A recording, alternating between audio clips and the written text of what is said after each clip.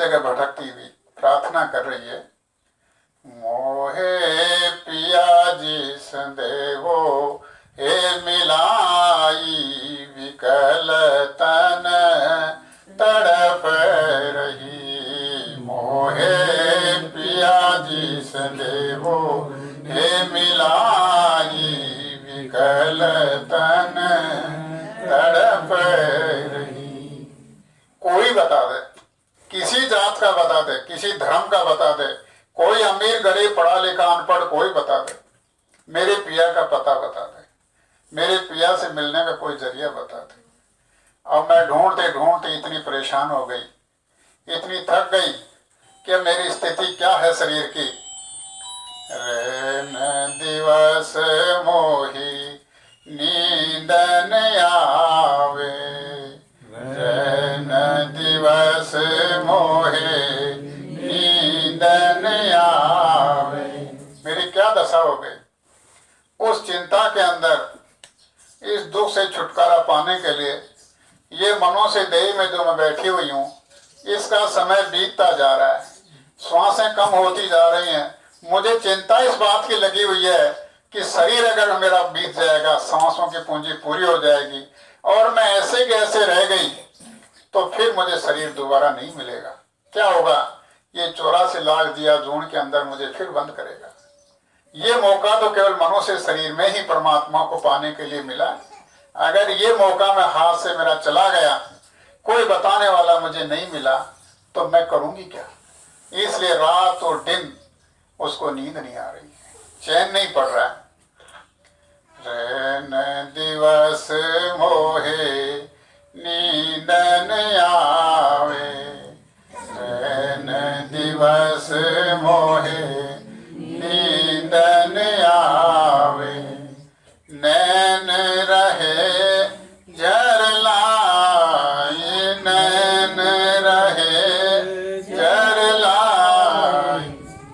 अगर आप लोग 1-2 दिन न नहाओ, अगर 1-2 दिन किसी काम में व्यस्तता की वजह से नींद न लो, तो मालूम है शरीर की क्या हालत होती है। आंखें में झल्लाट लग जाता है, खुल नहीं पाती हैं, पानी पानी आता है, बैठ नहीं पाते हो। कहीं बैठते हो तो बैठते के साथ में नींद आने लग जाती है, शरीर की हालत खराब हो जाती है। तो फिर इसकी हालत शरीर की इतनी हो गई, भागते दौड़ते रात और दिन जागते जागते। नैन रहे झरलाई, नैन रहे झरलाई। अब कहते कि मैं अपने पीड़ा सुनाऊं तो किसको सुनाऊं, कोई सुनने वाला ही नहीं।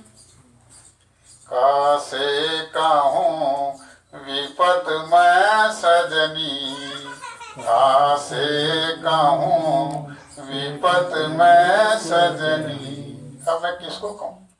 अपनी संग की सहेलियों से बात करती है कि मैं ढूंढ चुकी चारों तरफ, इस कोने से इस कोने से, पूरब से पश्चिम, उत्तर से दक्षिण, पूरी धरती के ऊपर मैंने छान मार लिया, लेकिन मुझे ऐसा कोई मिल नहीं रहा है। और वो मिल रहा है तो कहाँ मिलेगा, कैसे मिलेगा। मैं परेशान हो गई। मोहे पिया जी संदेवो हे मिलाई विकल तन तड़प रही। मोहे पिया जी संदेवो हे मिलाई विकल तन तड़प रही। नैन दिवस मोहे नींदन आवे, नैन रहे झरलाई। कासे कहूं विपत मैं सजनी, मन ही मन पछताई दरस को तरस रही। मन ही मन पछताई दरस को तरस रही। उस मालिक का, उस पिया का, पिता का, स्वामी का दर्शन मुझे कैसे मिले, कौन करवाए, ऐसा मुझे कोई मिल नहीं रहा। बहुत दिना दुख पावत बीत्या, बहुत दिना दिना दुख पावत बीता। कितना समय बीत गया, मैं अपनी जबान से बखान नहीं कर सकती, कागज पे लिख नहीं सकती। कितने युग बीत गए, कितने युगांतर कल्पों के कल्प बीत गए, क्या गिनती बताऊं मैं। इतने समय मुझे दुख पाते पाते बीत गया। बहुत दिना दुख पावत बीता, कोई नहीं करत सहाय, कोई नहीं करत सहाय। पहले के सारे जन्म यूं ही व्यर्था चले गए, किसी ने मेरी कोई मदद नहीं की। और अब भी इस जन्म को भी मैं ये सोच के चल रही हूं कि ये जन्म मेरा व्यर्था न चला जाए। इस जन्म में कोई ऐसा मुझे जानकार मिल जाए तो मुझे घर का भेद पता बता दे। बहुत दिना दुख पावत बीता, कोई नहीं करत सहाय। हाय हाय मैं करूं ये सखीरी, तन मन पीर पीराई, मिलन को भटक रही। तन मन पीर पीराई, मिलन को भटक रही। उस मालिक से मिलने के लिए मैं इतनी दर दर भटक रही हूं, और मेरे तन में भी पीड़ा, शरीर में भी पीड़ा, मन में भी पीड़ा, विचारों में भी पीड़ा, खाने में भी भूख नहीं है, सोने में भी नींद नहीं है, और मैं चारों तरफ से अब घिर चुकी हूं। अब मुझे कोई रास्ता मिलने का कोई नजर नहीं आ रहा। अब मुझे ये तो पता लग गया कि अगर मेरा पिया है वो धरती पे नहीं है। ये मुझे एहसास हो गया कि अगर धरती पर होता तो मैंने पूरी धरती को छान मारा। सब शहर, महानगर, गांव, ढाणी सब मैंने देख लिया, कहीं कोई ना कोई तो बताता। इससे मुझे ये एहसास होता है कि पिया इस धरती पे नहीं। ऊंचो देश महल पिया को, ऊंचो देश महल पिया को, मोह पे चढ़ो न जाए, मोह पे चढ़ो न जाए। रैन अंधेरी बाट न सूझे, रैन अंधेरी बाट न सूझे।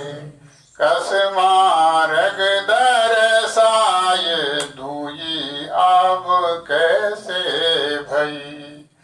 कस मार्ग दरसाई, दुई अब कैसे भई। अब इतना उसको समझ में आ गया कि यहाँ इस शरीर से जितना भी किया उससे परमात्मा का भेद नहीं मिला, और चेतन को चेतन मिला तो उस परमात्मा की जानकारी हो। तो ऐसा मुझे कोई न मिलने से अब मुझे इतना थोड़ा बहुत समझ में आया कि जो मेरा स्वामी है, मालिक है, वो इस आसमान के ऊपर, कई आसमानों के ऊपर, आसमानों पर वो बैठा हुआ है। लेकिन है वो ऊपर या नहीं? अब ऊपर है, लेकिन ऊपर में जाऊं कैसे, चढ़ूं कैसे? रास्ता है, जब आंखें बंद करती हूं तो अंदर अंधेरा है। बाहर ऐसी मुझे कोई सीढ़ी वगैरह नजर आती नहीं है कि जिससे मैं जाऊं। तो इस तरह से रेन अंधेरी, और ये इतना रास्ता है कि अंधेरी, गहरी अंधेरी रात के अंदर हम, मेरे को कोई वहां चलने का रास्ता, मार्ग भी दिखाई नहीं देता। लेकिन अब सवाल इस बात का है कि सब कुछ हुआ, बात सही है, वहां से मुझे निकाला गया, मैं निकल करके आ गई, इस काल और माया के देश में मुझे कैद कर लिया गया। लेकिन आखिर ऐसी कौन सी वजह हुई, मेरी ऐसी कौन सी गलती हुई, मेरी ऐसी कौन सी भूल हुई, कौन सी मेरे से ऐसी नादानी हुई जिससे कि मुझे अपना घर छोड़ना पड़ा, मुझे अपने घर से अलग किया गया, मुझे अपने स्वामी पिता से, मालिक से अलग किया गया। तो ये कह मैं अलग क्यों हुई, दूरी क्यों हुई, इसके बारे में क्या कारण है? तो अब इतना करते करते वो अपनी शरीर की जो सूझ बूझ है वो खो देती है और आशा निराशा पासा उसका सब टूट जाता है। तो जब हम सब कुछ टूट जाएंगे और एक आधार रहेगा कि कोई नहीं है, अब तो मालिक तू ही है और तू ही अपनी दया से मुझे अपना भेद बख्शिश करने की मौज करेगा, तो ये भेद मिल सकता है। नहीं बाकी इस दुनिया में आप बताने वाले और मेरी ढूंढ से, मेरी खोज से और मेरे प्रयत्न से, मेरे प्रयासों से मुझे तो अभी तक कुछ मिला नहीं। अब आप जानो, आपका काम जाने। ये जीवात्मा है, ये आपकी है, आप इसको जैसे चाहो वैसे रखो। बुलाना चाहो बुला लो, अगर नहीं बुलाना चाहो और यहीं तड़फाना चाहो तो यहाँ तड़फा दो।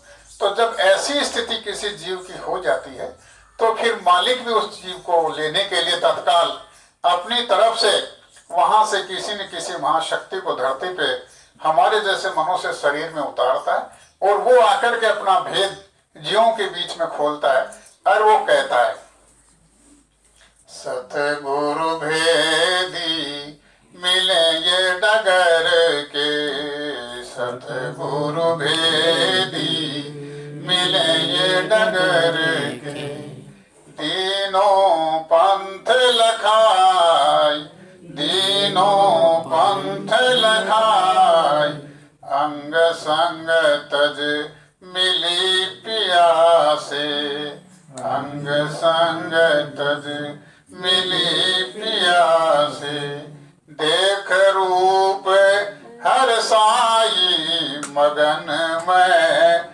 आज भई, देख रूप हर साई मगन में आज भई। जब सब कुछ और से निराशा हो जाती है, कोई आशा का कहीं चमक चिंगारी नजर नहीं आती है, तो ऐसी स्थिति के अंदर संत सतगुरु के रूप में धरती पर वो मालिक खुदम खुद आकर के उसको पूछता है, बताता है कि तू जब अपने घर की इच्छा कर रखी है, तेरी लालसा है, तेरी तड़प है, तो आप अपनी तड़प को शांत करो और आप बैठो। आपके घर का भेद पता मैं आपको बताता हूँ।